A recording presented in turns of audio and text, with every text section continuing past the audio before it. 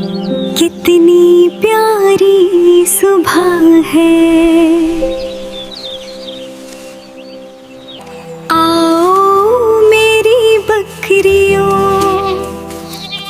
इधर आओ। ये पहाड़ मुझे सुकून देते हैं। मेरा गांव कितना खूबसूरत है। अम्मी, मैं जरा बाहर जा रही हूँ।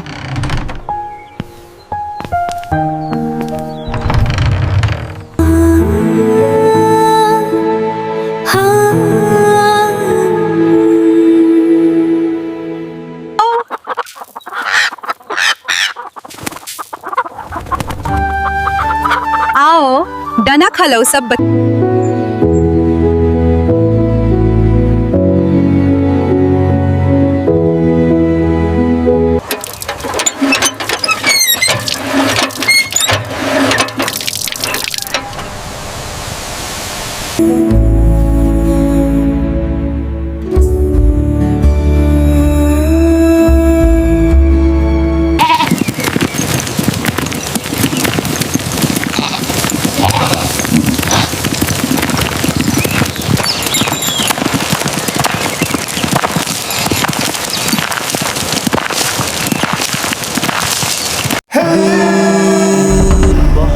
बहुत दूर ऊंचे ऊंचे पहाड़ों के बीच बादलों में लिपटा हुआ एक छोटा सा खामोश गांव आबाद था, जहां सुबह सूरज की पहली किरण मिट्टी के घरों को सोने जैसा बना देती थी और शाम को परिंदों की आवाज़ें फिजा में दुआओं की तरह गूंजती थीं। वहां के लोग सादा थे मगर दिलों से अमीर थे, और इन्हीं सादा लोगों के दरमियान एक मासूम सी लड़की रहती थी जिसका नाम हसीना था।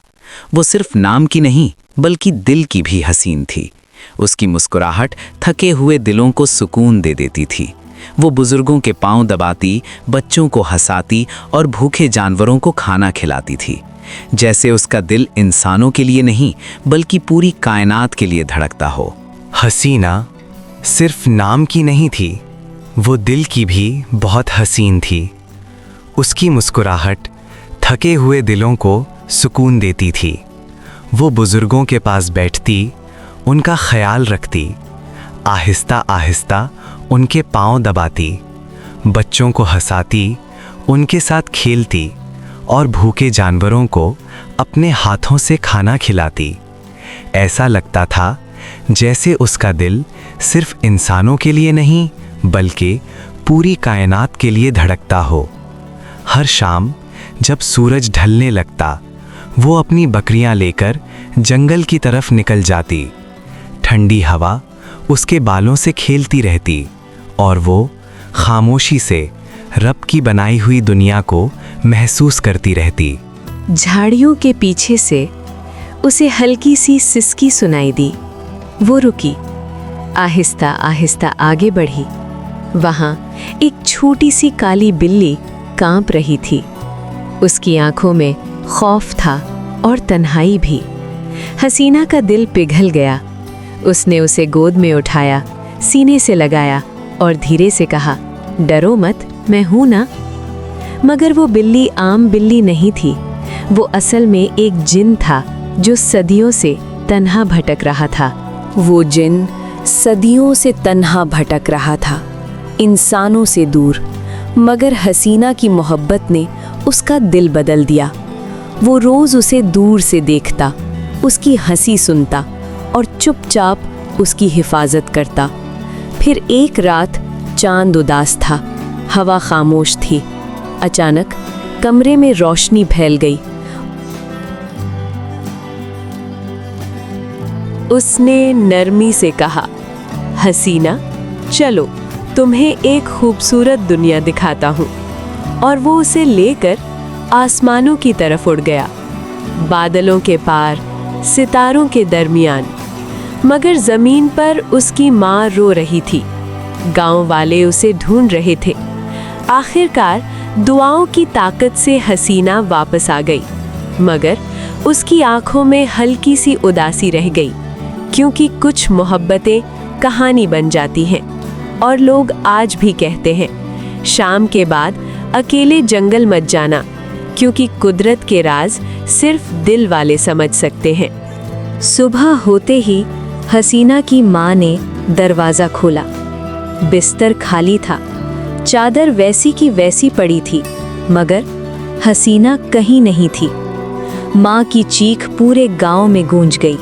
लोग भागते हुए आए। किसी ने जंगल देखा, किसी ने पहाड़, किसी ने नदी का किनारा, मगर कहीं कोई निशान न मिला। आखिर सब ने कहा, चलो शाह बाबा के पास चलते हैं। शाह बाबा गांव के नेक बुजुर्ग थे। सफ़ेद दाढ़ी, नूरानी चेहरा, आंखों में अजीब सा सुकून। उन्होंने आंखें बंद की, तस्बीह हाथ में ली और आहिस्ता आहिस्ता जिक्र शुरू किया। हवा रुक गई, फिजा खामोश हो गई। फिर उन्होंने धीरे से कहा, वो जिंदा है मगर हमारी दुनिया में नहीं, उसे जिन अपने साथ ले गए हैं। ये सुनकर सबके दिल। शाह बाबा ने वुज़ू किया, नमाज पढ़ी और लंबी दुआ मांगी। फिर अपने मुरीदों से कहा, डरो मत, नेकी की ताकत हर ताकत से बड़ी होती है। दुआओं का नूर चारों तरफ फैल गया और यूं लगा जैसे इनके गिर्द रोशनी का हिसार बन गया। फिर वो अल्लाह का नाम लेकर जिन्नात की बस्ती की तरफ रवाना हो गए।